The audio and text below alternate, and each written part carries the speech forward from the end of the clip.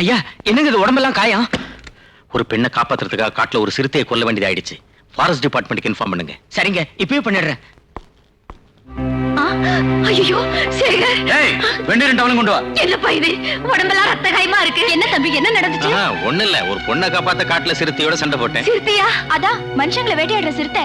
அதோட ஃபைட் பண்ணி கொன்னுட்டாரு மாமா. ஆனால தான் இந்த காயம். பாப்பா வா, இப்படி உட்கார். சீக்கிரம் கொண்டா.